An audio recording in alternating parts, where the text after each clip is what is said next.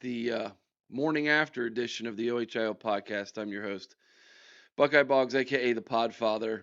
If you're like me, you didn't get much sleep last night. It was a victorious night. It was an amazing night to be an Ohio State fan. And I've had some time to reflect on Ryan Day, and I can't think of a better day to make this video than early morning the day after a national championship. And so that's what we're going to do on this edition of the OHIO podcast. Hey man, be a big help to us. Hit that like button, smash the like button as we like to say around here. If you finding us for the first time, please consider subscribing to the channel. It's absolutely free, costs you nothing, and really does help the channel.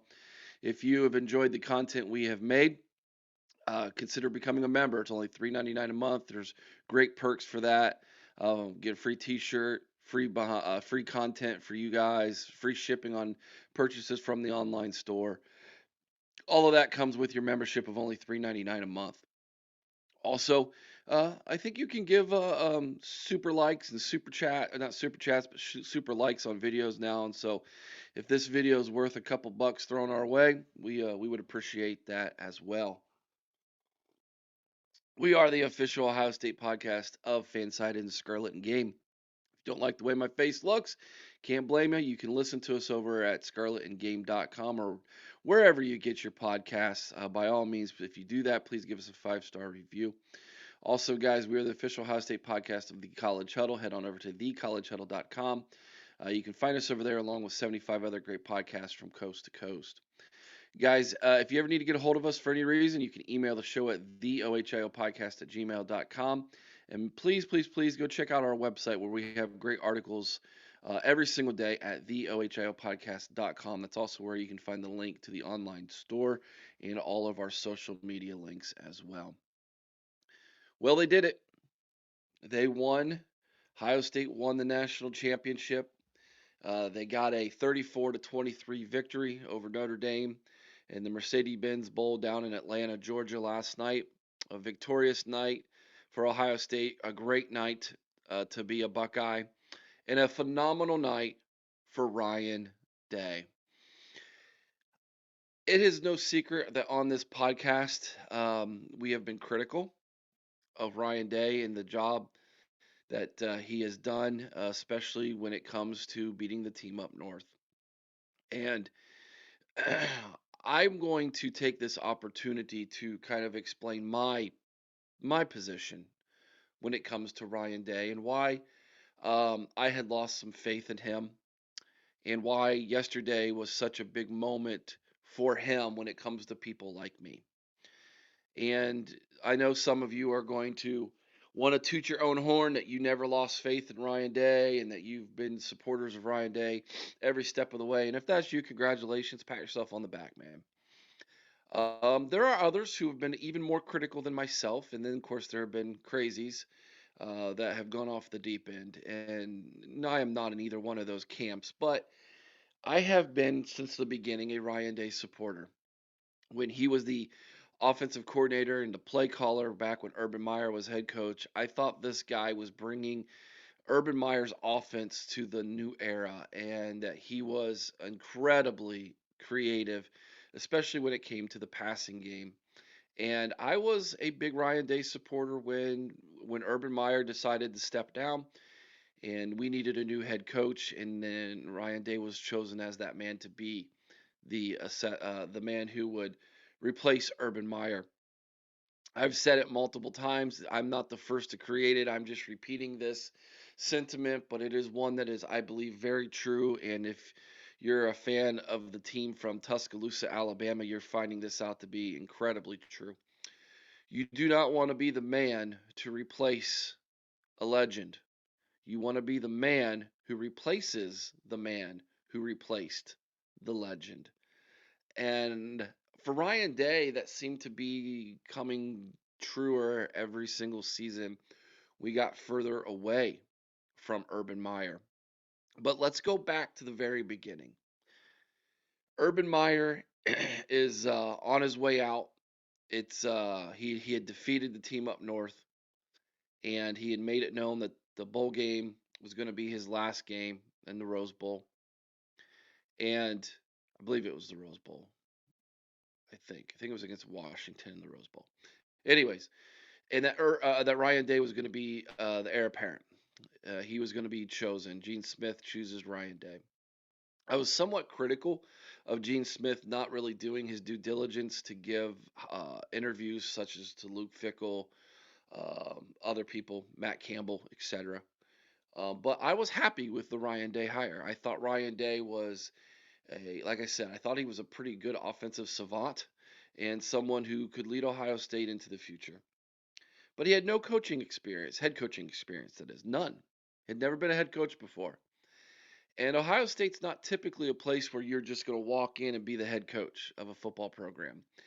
Uh, Urban Meyer had been incredibly successful before Ohio State in turning around programs such as um, Bowling Green here in Ohio, going out west, making a winner out of Utah, heading to Florida, winning a pair of national championships, and so he had done it before. Jim Tressel, incredibly successful coach at Division One AA level, had won multiple national championships, albeit at Division One AA, but still was successful and knew how to build program.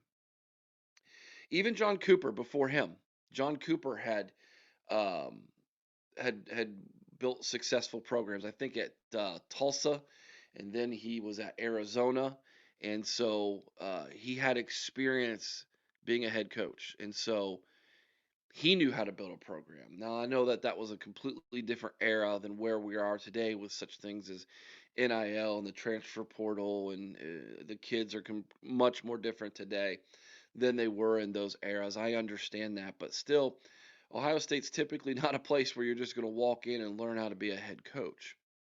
And so this was very different for Ohio State. And I warned everybody from day one, I warned everybody that Ryan Day was going to have to learn on the job, that this wasn't something that he was just going to be able to walk right in and pick right up where he left off.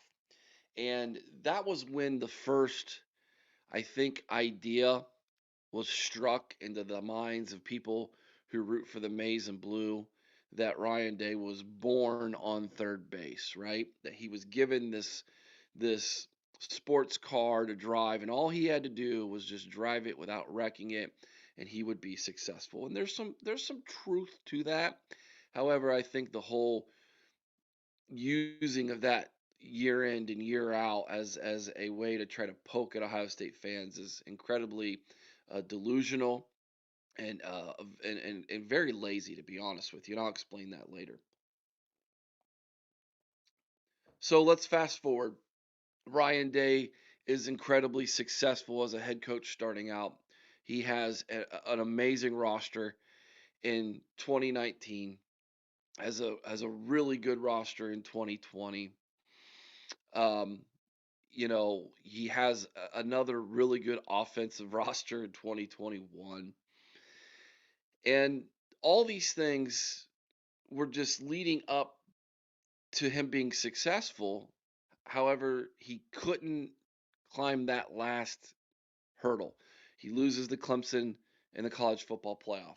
He gets the following year an opportunity to redeem himself against Clemson. He does, gets to the national championship in only his second season, and then gets trounced by Alabama. But he didn't have the defense he had his first season in 2019. That was obvious, that was evident. Everybody could see that. Um, and so Ryan had to make some changes, and he's always been adaptable. He's made those changes. Goes from Kerry Combs and brings in Jim Knowles, right? This after uh, you know experiencing some of the loss of the turnover in the coaching staff when Urban left. And so Ryan Day goes from uh, having the mindset, well, I'll take care of the offense, Jim, you take care of the defense, you build your defense. And so Ryan Day's doing that, but then he quickly realizes with all the changes that are happening in college football, he can't just be the quote unquote head coach slash offensive coordinator slash quarterback coach slash play caller. He can't do all that. And fast forward to losing in the Cotton Bowl to Missouri, and Coach Drinkowitz talks about how he was in the similar vein, and he had to realize that in order for him to be a better head coach, he had to put trust in someone to be an offensive coordinator. And so he brings in Bill, what's his name, over in Boston College, right? And that lasted 2 weeks. He's gone, and then Chip Kelly, his mentor, comes available. He brings him in, and so now he's got someone he can trust in Jim Knowles, someone he can trust on the offense in Chip Kelly, and he can concentrate on being just the head coach. And we were excited about that. And don't get me wrong, all this time, Ryan Day has been a phenomenal play caller. But over the course of the last 4 seasons, and five if you count the COVID year because they chickened out and avoided us, and I still believe that to be true in 2020, Ryan had suffered L's in the biggest game of the season against the team up north.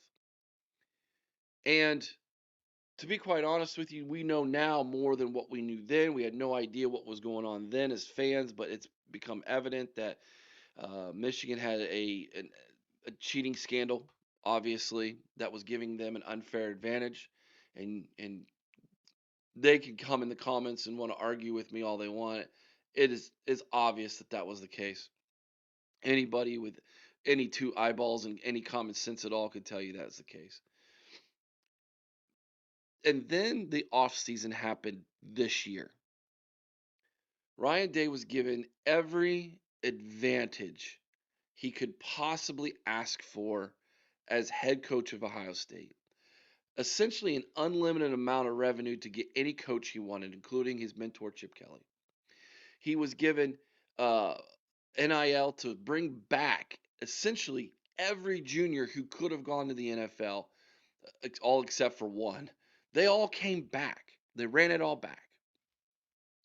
So he's got all of that. He brings in the quarterback of his choosing and Will Howard from the transfer portal.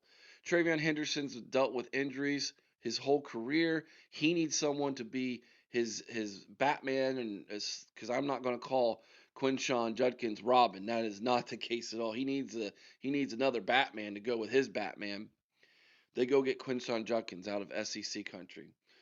Um, Caleb Downs, the best freshman safety in all of college football down in Alabama, led the team in tackles last year. In 2023, decides he doesn't want to stick around after Nick Saban retires. He wants to come be a Buckeye. You're not going to tell that guy no. You bring him on, right? Seth McLaughlin from Alabama as well comes on. They bring all these pieces in, four huge pieces, right? All these guys come back on the defensive side. Jack Sawyer, JT Tumulau. You've got Lathan Ransom that came back. You got Denzel Burke that decided to come back. On the offensive side, you got Emeka Egbuka at wide receiver decided to come back. Travion Henderson at running back coming back, right? Donnie Jackson on the offensive line coming back. He decided he could have went pro as well. All these guys coming back, going to run it back, right? And they all got some NIL to come back, and that's where the whole narrative of Ohio State's going to buy a championship with 20 million in NIL got blown out of proportion by the scared ESCCPN. And yeah, they were scared. I said it from the beginning. All of a sudden, the northern schools got NIL, and the SEC went, "Oh crap, here they come." you know, and I called it then, and I'm kind of feeling vindicated about that now. So that's the narrative going into this offseason, right? It became very evident early on that because Chip Kelly, his mentor, was here, Ryan Day needed another mentor to help guide and lead him, and he made, I don't know whose decision it was. I'm assuming Ryan's. He chooses the vest, man. He chooses Jim Tressel, I think the greatest coach in my lifetime at Ohio State, to be his mentor. And that's not just because of he won a national championship and he went to three and he was 9-1 against the team up north. That's because I think Jim Tressel might be one of the best human beings to ever grace this planet, in my opinion. And he chooses that guy. with all his experience in things like a playoff in Division 1 AA, how to build a culture around faith and family and football, all of these things. And that became more and more evident as the offseason went on. But with all of that came expectations, huge expectations. And if you go back to the day Urban Meyer had the press conference that he was going to be stepping down at head coach and Ryan Day was going to be taking that position. Ryan Day said from that day, day one, the expectations of the head coach at Ohio State is to win against the team up north and win every single game after that. He knew the position he was getting himself into. It was not a position of rainbows and lollipops. There is a ton of expectations to be the head coach at Ohio State because of people like me, fans like me who have not one but multiple Buckeye rooms, who run podcasts because we love Ohio State so much, who spend thousands of dollars every year going to the games and buying the merchandise and buying memorabilia and autographs and literally talking about Ohio State for hours upon hours every single week. We are buck nuts. We are crazy. We are, as one Herb Street likes to call us, we are lunatics. We are the lunatic fringe. It's who we are. And I don't think there's any reason for us to apologize for that. That love for Ohio State is what makes Ohio State one of, if not the greatest, universities in all of the United States. And so there's no reason to apologize for that. But with that comes huge expectations. And going into the season, I firmly believed Ohio State was going to do two things. Number one, I thought that they were going to go to the college football playoff. They had one of the best rosters in college football. They themselves, the players, were talking about it was natty or bust, right? Denzel Burke talked about it. Will Howard mentioned it. Like the players themselves were setting that bar.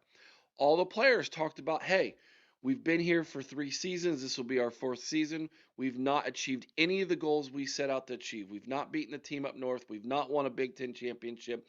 And we've not won a national championship. And we're running it back to do those things. And I believed Ohio State was going to go 11-1 in the regular season. We would lose a close game in Eugene, Oregon. We would go to the Big Ten championship. We would beat the team up north. We would go to a Big Ten championship where we would avenge that loss, and we would go in a college football playoff with a ton of momentum, and we could at least get to a national championship game.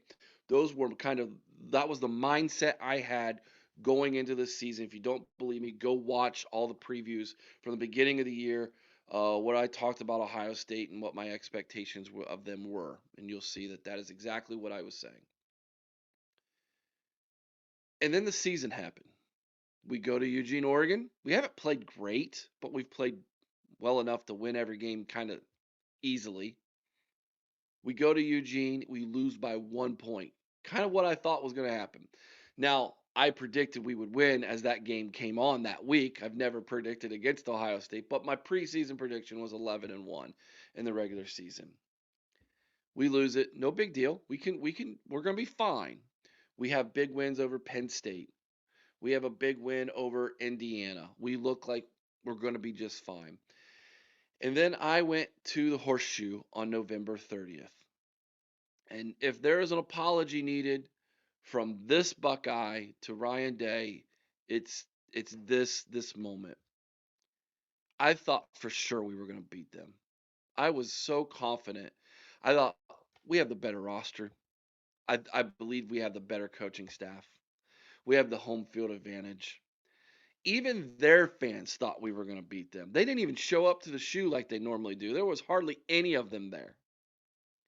We had every advantage.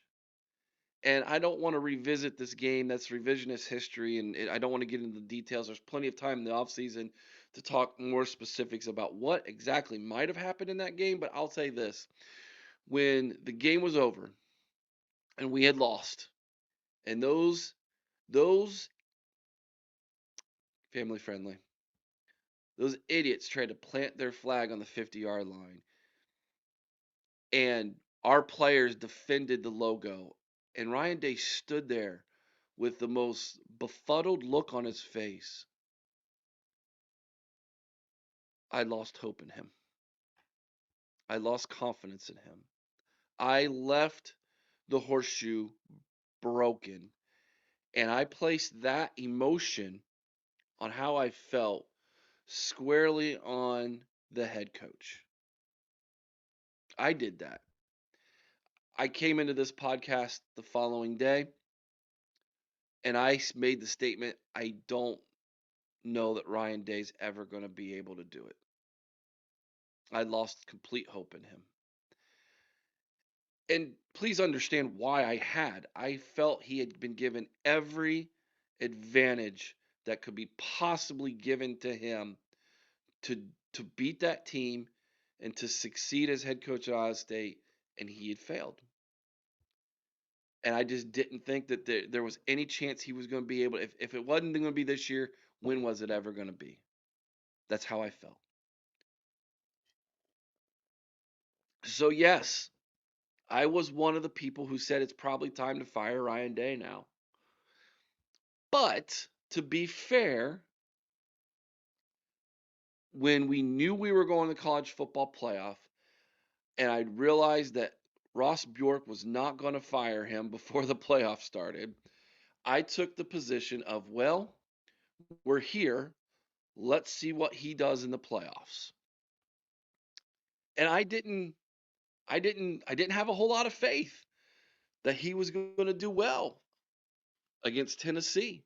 I really didn't. I had just watched us lose 13-10 against one of the worst teams from Ann Arbor I've seen in my lifetime. So I didn't have a ton of faith. And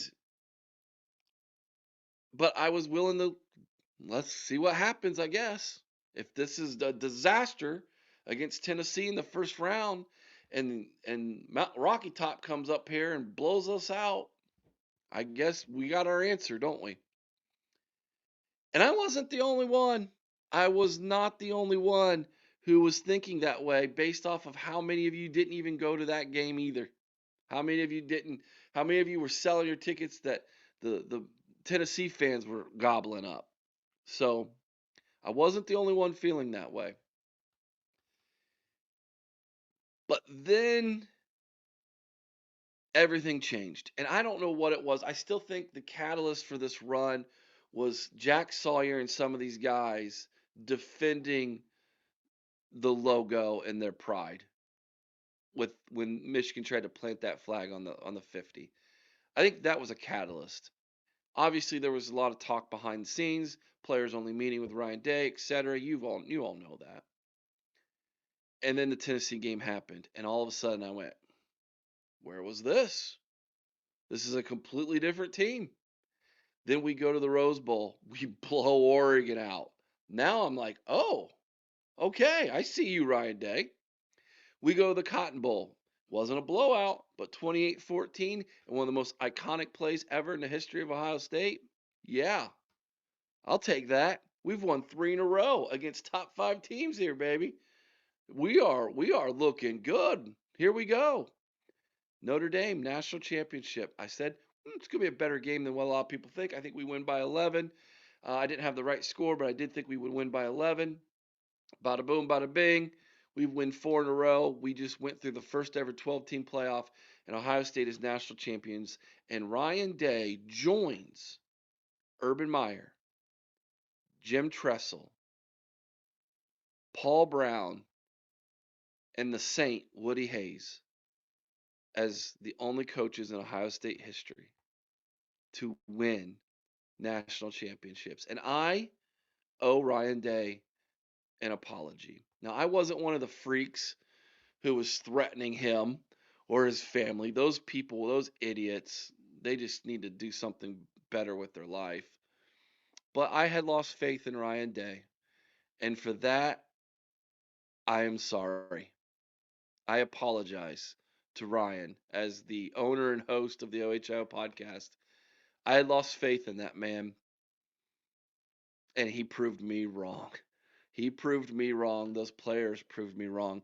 I have a video I would like to share with you. This is from my friend B. Moses, who never lost faith in Ryan Day. Hats off to you, B. Moses. But I want to. He shared this video. I want to play this video for you because I want you to see his reaction with his wife Nina, his girls, their daughters, his son RJ, immediately following the national championship. This is what it's all about right here, man. This is what it's all about. Has there ever been a football team, given what goes into the Ohio State-Michigan rivalry, that's gone from a darker, deeper low It's to the family. 4 games later, you're right there. And those, It's the family hug right there. His wife, 2 girls, his son, RJ. Special moment for them because, you know. Special moment for them, Herbie said. It was. It was a incredibly special moment. They've been through a lot. I learned through Nina Day and her interview and through things that Ryan has said. He's had to pull his kids out of the school district they were going to because of threats, because of just mean things being said to him and the kids about him because he lost 4 consecutive games to the team up north because of those expectations. That's unfair. It's not right. It's not right. Even some of the teachers they had, like, come on, really? Man. I mean, I take this stuff pretty serious. I would never I would never walk up to a man's children and talk about their father. God, that's just it's very low. It's inhuman. But I want you to take a look at this graphic that Fox put out. There you see Paul Brown. He was the first one to do it in 1942. The next 5 came by the man himself. He's on the Mount Rushmore of greatest college coaches of all time, if you ask me. Woody Hayes, by the way, his arch nemesis, Bo Schembechler, how many did he win? He's won less national championships than Ryan Day. How you like them apples? He joins Tressel, Urban, and Coach Brown as the other ones to win one, along with Woody. He's number 9. That's national championship number 9 for the Buckeyes. That beard that everybody likes to make fun of, and we'll get to that in a minute as well. That beard, yeah, that's on that list right there. He deserves it, my man. He deserves every ounce of the accolades that are coming his way. After what he's been through the last 6 years, people losing faith in him, people calling for his job, people like me losing hope. This guy deserves the every accolade he is going to get, man. And if that's not good enough, I want you to take a real good look at this. Ryan Day's record, according to the Big Ten, is 70-10 now. 80 games coached. 70-10, a winning percentage of .875. If he were to retire today or go to the NFL or whatever, he would go down in history as having the 3rd best winning percentage of all time. That's better than the current coach that everybody points as being the best in college football, and Kirby Smart. That's better than Dabo Swinney. He's won a pair of national championships.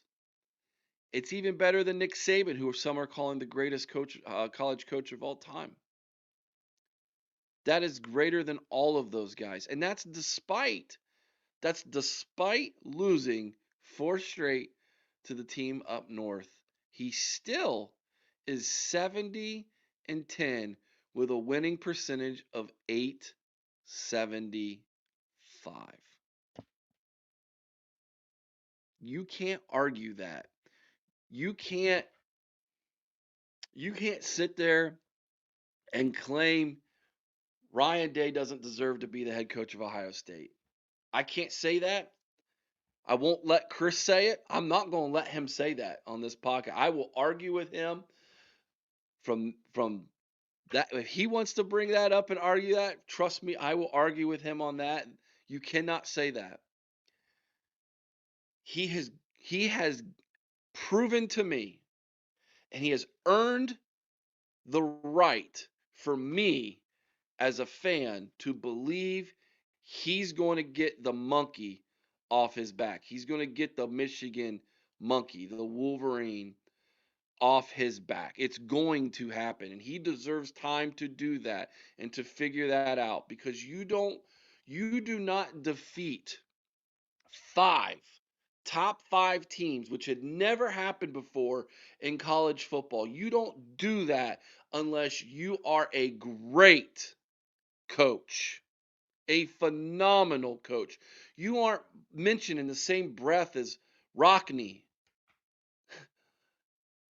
unless you are a great football coach. You don't have a better winning percentage than Nick Saban unless you are a great football coach. And spare me the whole, he didn't do it in the SEC. He just beat Tennessee and Texas, your mighty SEC teams, in the same calendar month.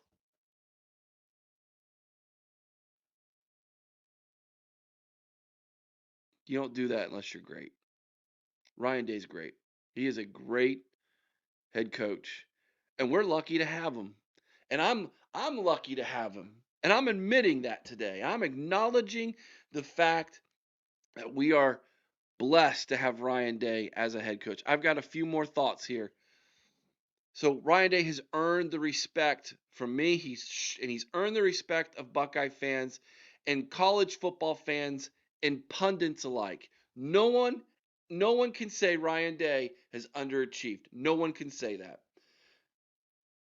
I know some are going to point to the rivalry game, and that's fine if they would like to, but you cannot sit there and say that man is an underachiever. You can't do it. You cannot do it anymore. That man has got national champion next to his name with all those accolades I just mentioned. So you can't do that. Number 2, let's put him in perspective here. Right now, and I'm looking at this, I'm taking off my scarlet and gray glasses. I'm taking off all my Ohio State stuff, and I'm looking this from a national perspective. Next to Kirby Smart, if he's the top dog in college football right now, who's next? I think some would probably say Dabo Sweeney because he's done it twice, although he's not done it in a while. Some might argue that Dan Lanning was the hot name this season, right? Everybody's talking about Dan Lanning. He was the best coach in the Big Ten, possible coach of the year, et cetera, et cetera, et cetera. Ryan Day smoked him in the Rose Bowl. So can't say Dan Lanning's better than him. Dan Lanning might have a Big Ten championship now, which by the way Ryan Day does as well in his first year too in the Big Ten as head coach. But I wouldn't choose Dan Lanning over Ryan Day. Some might argue, all right, if it's not Dan Lanning, Dabo Sweeney maybe, possibly, right? Who's next? Who are you going to put on that list after him? I can't I can't honestly think of another coach in college football that I would choose over Ryan Day right now. Marcus Freeman's probably a top tier guy now. He gets to a national championship. I mean, you're not going to choose James Franklin over Ryan Day. James Franklin can't beat Ryan Day. James Franklin can't get out of his own way. And if you look down in the SEC, I mean, the SEC's got a bunch of young, unproven guys now who haven't done it next to Kirby Smart. You know, so who you going to choose? I'm not going down to Tuscaloosa. He didn't even make college football playoff after taking Washington to a national championship game, right? So, I mean, some people he's probably in the top 10, but he's not going to be ahead of Ryan Day. Ryan Day put himself at either number 2 or 3 on most people's lists. If they're smart, he put himself as number 2 or 3 in the nation in college football on most people's lists. Now, let me put my Ohio State glasses and my Ohio State stuff back on. The only name I would hesitate is saying, yeah, I would rather have him over Ryan Day at this second, at this moment. Maybe, and that is with a maybe, because I think you have to look at this moving forward. Maybe Kirby Smart. Maybe. That's it. So that tells me, Ohio State, you have one of, if not the best head coach in college football, right there. So let's put a little bit of some respect on that perspective, right? Now, let me address two things that I think are ridiculous. Number one, I mentioned it earlier. Let's address it now. Born on third base. I think it is one of the laziest takes, and it just needs to stop. It needs to quit. No Ohio State fan should ever let that pass their lips again. I let it slip through my lips after we lost to the team up north. I said I guess they were right. I said I guess it's true. Shame on me. I apologize. I should not have said those things. And here's why it's a lazy take and why it's not true. Because there are zero people, zero Zero players on this roster associated to Urban Meyer. Now, there were a few who he started recruiting when they were young, but that's it. Ryan Day was the one who signed this class. Ryan Day was the one who developed those relationships. Ryan Day's the one who developed them as players along with his assistant coaches. Ryan Day is the one who brought the coaching staff in who developed those guys. Ryan Day is the one who brought in the mentorship of Jim Tressel and allowed this culture of faith, family, and football to be developed inside the Woody Hayes Athletic Center. And when everybody, including myself, was questioning what the culture was with Ryan Day and questioning if they were tough enough and questioning if they had maybe allowed too many things to slip in that weren't essential to winning football games, Ryan Day was the one who steadied the ship, held true to his firm beliefs and beliefs in these players, and took the brunt of everybody's anger and allowed those players to quietly get themselves in their headspace in the right place. It was Ryan Day. That's not being born on third base. And if you think he was, then he had to start all the way back at first base or even home plate to get to where he has gotten today, where he has finally crossed home plate and become a national champion. So that is a lazy take, and Ohio State fans should not say it anymore. And if any scum fans want to bring up, he's bored on third base, yeah, just throw it back in their face. We won. You didn't. We were the first national champion.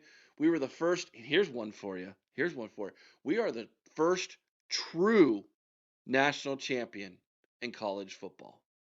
We were when we had the 14 playoff, and we are again with the 12-team playoff. You have got to earn this national championship, not just because you're good enough through the regular season. You got to be good when it really counts. That's the playoffs now. It's a new era, and Ohio State is number one in that new era again. So, born on third base is a lazy take. It's stupid, and let the idiots from Ann Arbor use that. By the way, it's also a jealousy. When people say you're born on third base, that's jealousy. That's being jealous. You didn't earn that. You were given that. You were given that. It's like kids who are jealous of other kids who have more. You didn't earn that. There's something to that. I understand that. Like, I think people who earn things appreciate it more, right? Which is why I appreciate this national championship. This baby was earned. This thing was earned. We weren't born on third base. We earned this thing. But here's the thing: all those people who say that, they're so jealous, right? They're so jealous. So, according to the National Institute of Mental Health, jealousy can involve feelings of envy, insecurity, resentment, and suspicion. Boy, don't you think that sounds a lot like their fan base? Insecure, resentment, envy. You'd better believe it does. But while it is a natural instinctive emotion, jealousy can have a powerful effect on your mental health. Feelings of jealousy and envy can often cause anxiety, poor self esteem, and emotional self sabotage. If you have a Michigan fan in your life, you might want to check on them today because that's who they are, where they're at. Now, let's address Ryan Day's beard. I will be shocked if one day it comes out Ryan Day has been dyeing his beard. I think it is the stupidest, dumbest thing ever that people, oh, he has to dye his beard. Like, the same people who got offended about Ohio State fans making fun of their head coach, talking to you Notre Dame fans, are the same guys who are talking about Ryan Day's beard. Now, by the way, when they did a close up of Ryan Day, there's some gray coming in that beard a little bit. So the whole he dyes his beard is false. It is completely false. And it's dumb. It is again, it is completely out of it's just them poking fun at us as fans. But if you think I don't like Ryan Day because I don't like his beard, I don't like Ryan Day because I don't like his beard, like, what are you doing? Like, who are you as a person, really? This points to one's own personal insecurity. So when you make fun of somebody, usually it's because you have insecurities in yourself, and can even include more larger character flaws such as critical personality disorder. Ooh, I'm going to start using that when someone makes fun of Ryan Day's beard. I'm going to be like, do you have critical personality disorder? You might want to get that checked out. By the way, I made a bet if Ryan Day at the beginning of the playoffs, if Ryan Day were to win a national championship, I would be dyeing my beard jet black. I'm actually going to let the thing grow out for about another week, and then I'm going to dye it for a video. You all will see me looking like a Macho Man when he dyed his beard black. That's going to be the fat version of Macho Man. That's going to be funny. That'll be funny. But I had to make this video, guys. I had to get this off my chest this morning. I thought it was time that someone, from my perspective, someone who had lost hope in Ryan Day and had voiced voiced that despair and lack of faith in him after the game against the team up north, get on here and express why and talk about where I am at emotionally now. And if there's one thing that I'm going to be always completely truthful, open, and honest with all of you.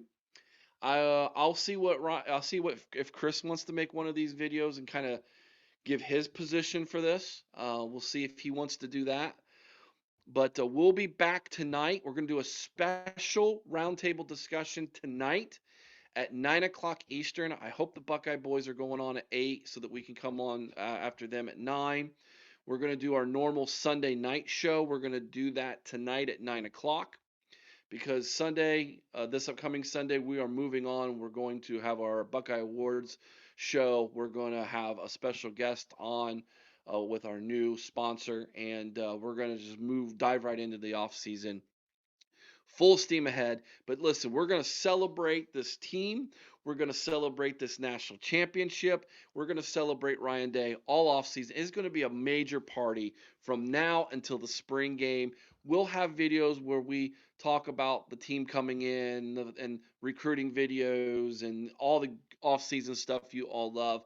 But when we get together, it is going to be a celebration, man. We want to celebrate this thing because it's been a long time coming. When we started this podcast in March of 2019, we were coming off Urban having stepped down, Ryan Day having become the new head coach, myself, Aaron. We started this podcast. We brought Chris on, at the end of 2019, and we've been working so hard, hoping, praying that this day would come, and it's here. And so we're gonna celebrate it, man. We're gonna take advantage of it. And Ryan Day's a big part of that, which is why I needed to make this video. I hope you've enjoyed it. I know I've been long-winded this morning. I need to go to work now. After going on a couple hours of sleep, but I need to go to work now. But I wanted to get this made and get this out there so that everybody could see where I'm at, where this team, where this podcast is at. Because I know a lot of you have called me out on it, and I understand. I understand. I put myself out there, so you know, you don't just take the good, you have to take the bad with it sometimes, and so I have.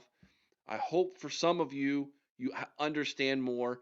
And if you want to take a victory lap around me, go ahead. I'm a big guy. That's a big lap. I got you. Go for it. You're not going to hurt my feelings at all. Um, but I know a lot of you are a lot like me, man.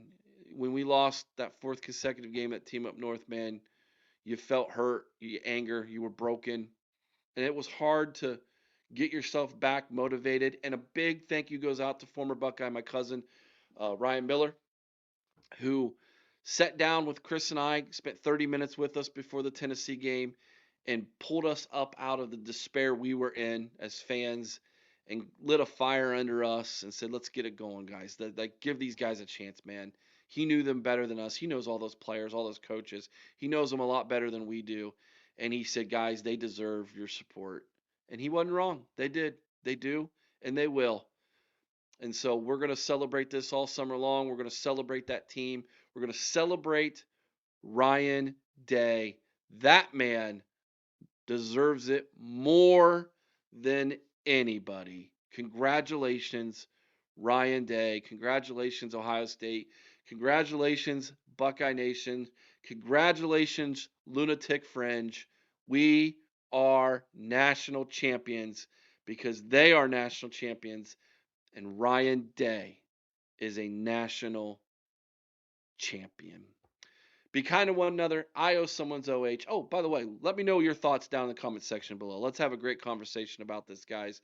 Love to hear from you guys today. Again, don't forget, 9 o'clock tonight, we'll go live here at the OHIO podcast, so be on the lookout for that. Be kind to one another. I owe someone's OH.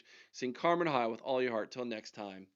OHIO, go Bucks.